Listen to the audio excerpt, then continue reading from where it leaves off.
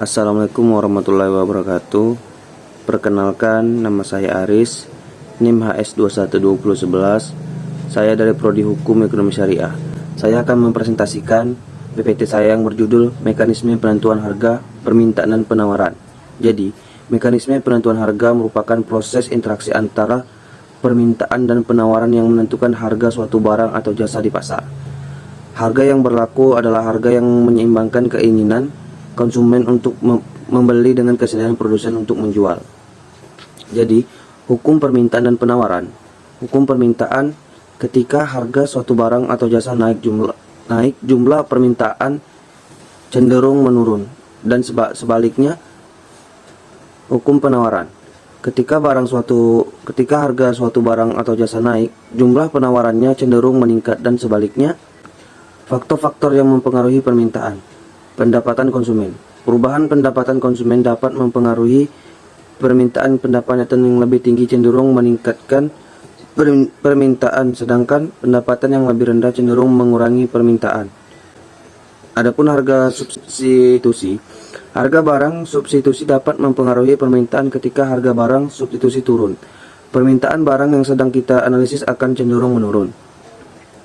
Setelah selera konsumen. Permintaan suatu barang juga dipengaruhi oleh selera konsumen. Jika selera terhadap barang tersebut meningkat, permintaan akan naik. Adapun faktor-faktor yang mempengaruhi penawaran. Teknologi produksi. Perkembangan teknologi dapat meningkatkan efisiensi produksi dan menurunkan biaya produksi, sehingga meningkatkan penawaran. Harga faktor produksi. Ketika harga faktor produksi seperti harga kerja suatu bahan baku meningkat, biaya produksi akan naik sehingga penawaran akan menurun. Jumlah produsen. Jika jumlah produsen di pasar meningkat, penawaran akan meningkat. Sebaiknya jika jumlah produsen menurun, penawaran akan menurun. Titik keseimbangan pasar. Permintaan berlebihan. Jika harga berada di bawah titik keseimbangan, permintaan akan melebihi penawaran. Yang kedua, keseimbangan pasar. Titik keseimbangan adalah titik di mana jumlah permintaan dengan jumlah penawaran. Yang ketiga, penawaran berlebihan. Jika harga berada di atas titik keseimbangan, penawaran akan melebihi permintaan. Adapun pergeseran kurva permintaan dan penawaran. Pergeseran kurva permintaan. Perubahan pendapatan konsumen. Perubahan harga barang substitusi. Perubahan selera konsumen. Adapun penggeseran kurva penawaran. Perubahan teknologi produksi, perubahan harga faktor produksi, perubahan jumlah produsen. Di sini ada elastisitas permintaan dan penawaran. Elastisitas permintaan mengukur seberapa sensitif perubahan jumlah permintaan terhadap perubahan harga. Jika elastisitas permintaan tinggi, perubahan harga akan berdampak besar pada jumlah permintaan.